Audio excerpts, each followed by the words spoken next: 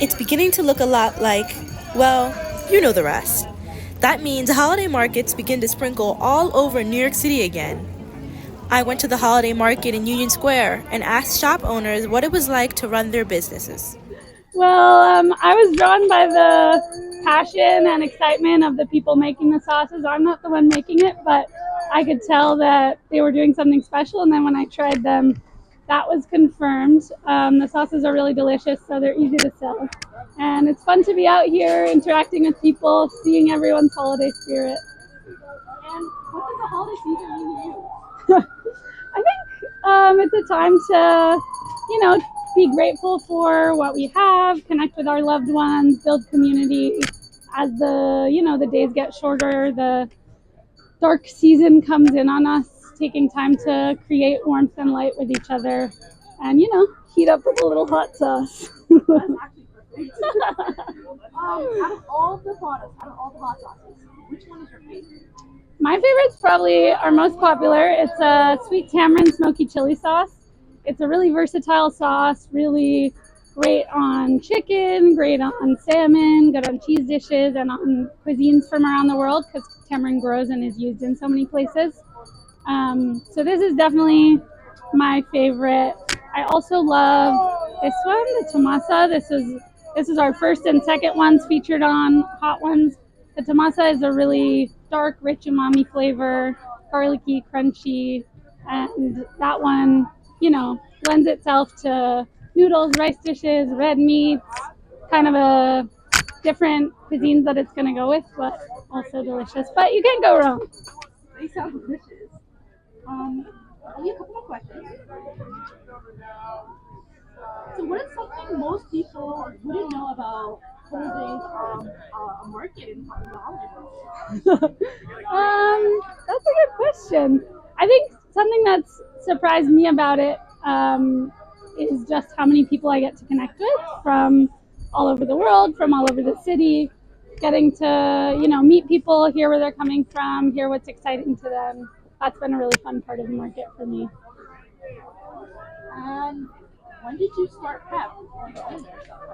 So the owners have been here for about 6 years, coming to the market. So I think during the year, it's always prepping, always inventing new sauces, new flavors. This is our newest one over here. It's a pineapple horseradish, really delicious. And Could you introduce yourself? Hi, my name is Denise DeLong, and this is my company, DeLong Ceramics. And what made you want to sell ceramics? Originally, 20 some years ago when I was back in school, I couldn't really find any decent New York souvenirs. So I started doing watercolors of the city and my own perception, and then I eventually was in a slip casting class at school at Pratt. And I learned how to make slip casting that's very ornate and repeatable. So from that, I realized I could make more of the same design. Out of all of your products, if you have a favorite, which one's your favorite? That's a good question. They all kind of change. Like, I love it when a glaze comes out, like with this more dynamic quality. Do you see how it has like it almost looks like an old Egyptian relic. It has all this different tonal values. So I love it when the glaze surprises me and I get a lot more nuance.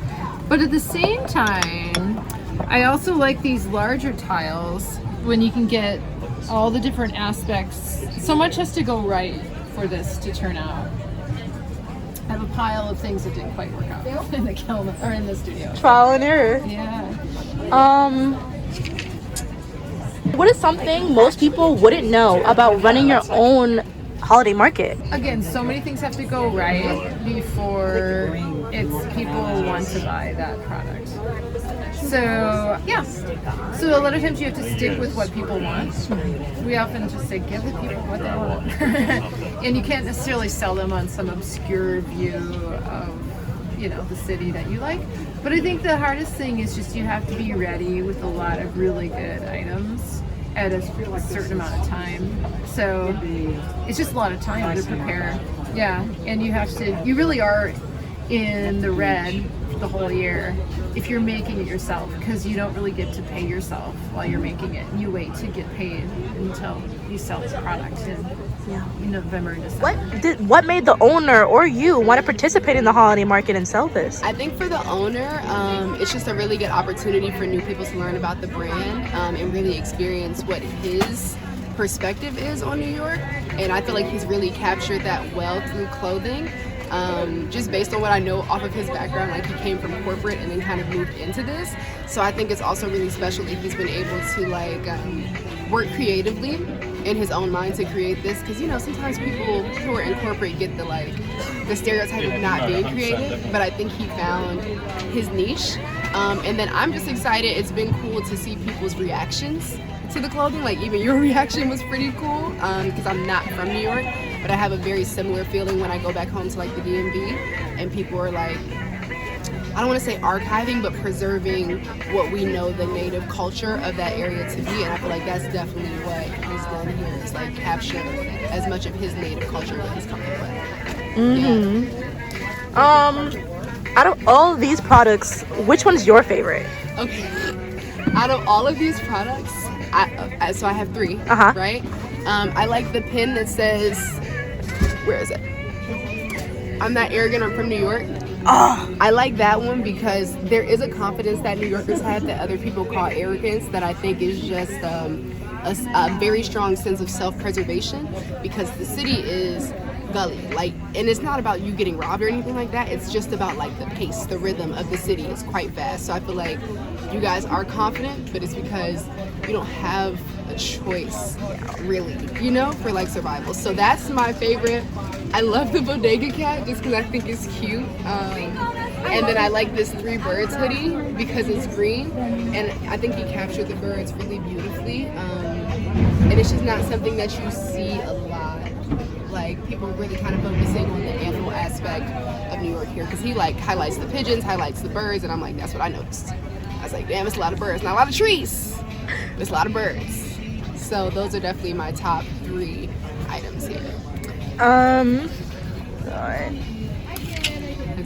What is something that most people wouldn't know about running a holiday market or holding one? Honestly, I'm gonna say the amount of prep work that goes into this.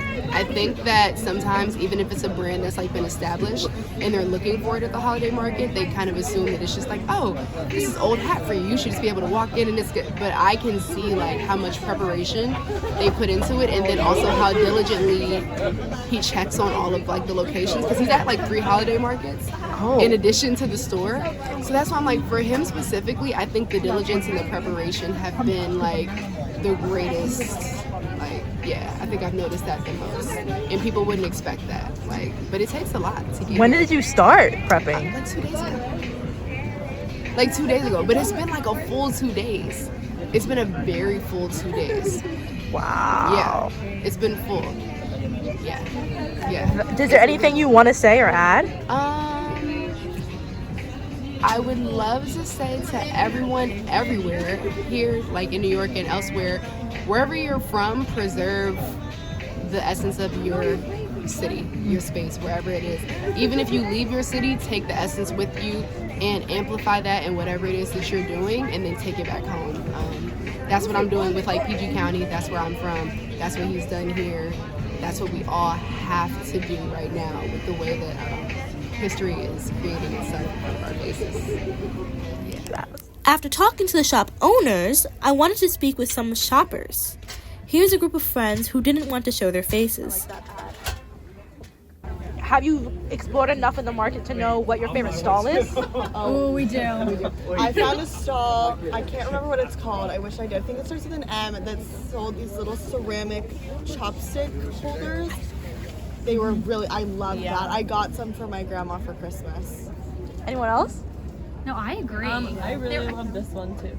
Oh yeah, Those are. It's like Once. oh sorry, it's called Once. It turns like old books into either clocks or like wireless phone chargers, and so I got one for my parents so that they don't have to have like, my mom hates cords out and about. This is the phone. It's a book, but it's like a MagSafe phone charger, so you can plug it into the wall and it'll charge your phone. And you Is just it an put your actual phone on book? top. Yeah. Yeah, but now you Turns can't it into open a charger. So, why did you choose to shop here rather than like a full-fledged store?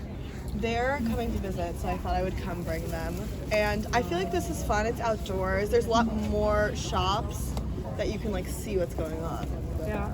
Yeah. And also it's like cuter little stores that you wouldn't find if you were just window shopping in Soho or whatever. Did you go to the other holiday markets that's like in Bryant Park, Chinatown? We went to the holiday fair in Grand Central, which was fun. And we have yet to go to the other ones. I'm still young though. Yeah, happy holidays. This is fun. Even in the December cold, shopping until your heart's content will make you forget the chill on your skin. Happy holidays, everyone.